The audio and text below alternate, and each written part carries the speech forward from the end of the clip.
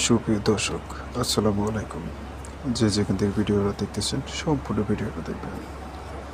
আজকে রাজমণি কবজের সম্বন্ধে আপনাদেরকে কিছু কথা বলবো। যে রাজমণি কবজের দ্বারা আপনারা যে কোনো জায়গাতে খেলেন না কেন, এই কবজ যদি আপনার সাথে থাকে আপনি নিশ্চিত যে কোনো জায়গাতে যেতে পারবেন। এটা এতটা পাওয়ারফুল একটা কবজ।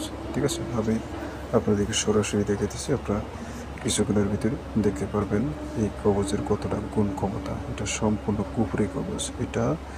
এটা অনেকটা পাওয়ারফুল। কুফরি কবজে কাজ মিস নেই। ঠিক আছে, যারা আরবি লাইনে কাজ করে তাদের কাজ একরকম, আমি যে কাজ করি সেটা আরেক রকম। কিন্তু এই কুফরি কবজ এতটা পাওয়ারফুল যে আপনি যে কোনো জায়গাতে হোক না কেন। দেখেন,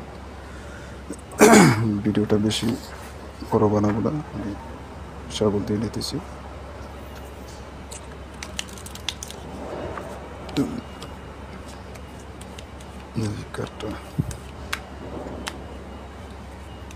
কাঠগুলো লাসা লাসা ধরেন। এবার পাতে যেতেছি পাঁচকুড়া, দেখা যাক আসে কিনা, শুধু কবচটা চেক করার জন্য।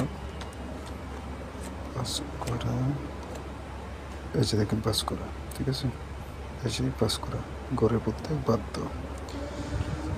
আমি আবারও সাবল দিয়ে নিতেছি।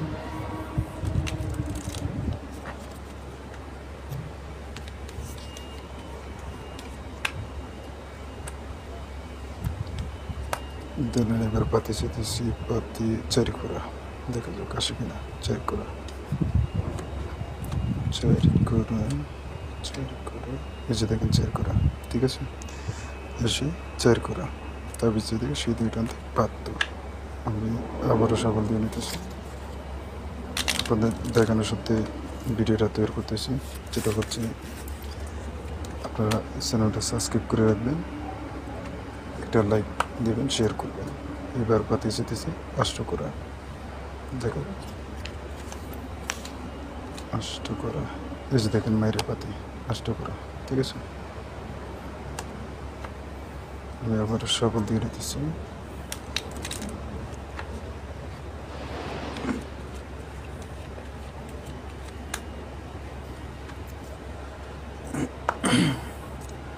এবার পাতি যেতেছি পাসপোর্টা, লক্ষ্য রাখবেন পাসপোর্টার দিকে। পাসপোর্টা, এই যে দেখেন মেরে পাতি। ঠিক আছে, ঘরে টানতে পারত, তবে যে দিকে সে দিকে টানতে পারত। তো তো আপনারা এই রাজমণি কবচ সম্বন্ধে অনেক কিছু জানছেন আপনারা ভিডিও থেকে। এটা অনেক জায়গাতে শুনছেন আপনারা যে রাজমণি কবচের মাধ্যমে। এখনও অনেক জায়গা থেকে কমেন্ট করে যে রাজমণি কবচ কীরকম বা এর কাজ গুণ ক্ষমতা কীরকম। একটা জিনিস হচ্ছে, এটা সম্পূর্ণ কুফরি কবচ। যেটা কুফরি কবচগুলা এতটা পাওয়ারফুল, আপনি বান বশীকরণ যে কোনো কাজের জন্যই করুক না কেন, কুফরি কবচ হলো সবচেয়ে পাওয়ারফুল কবচ।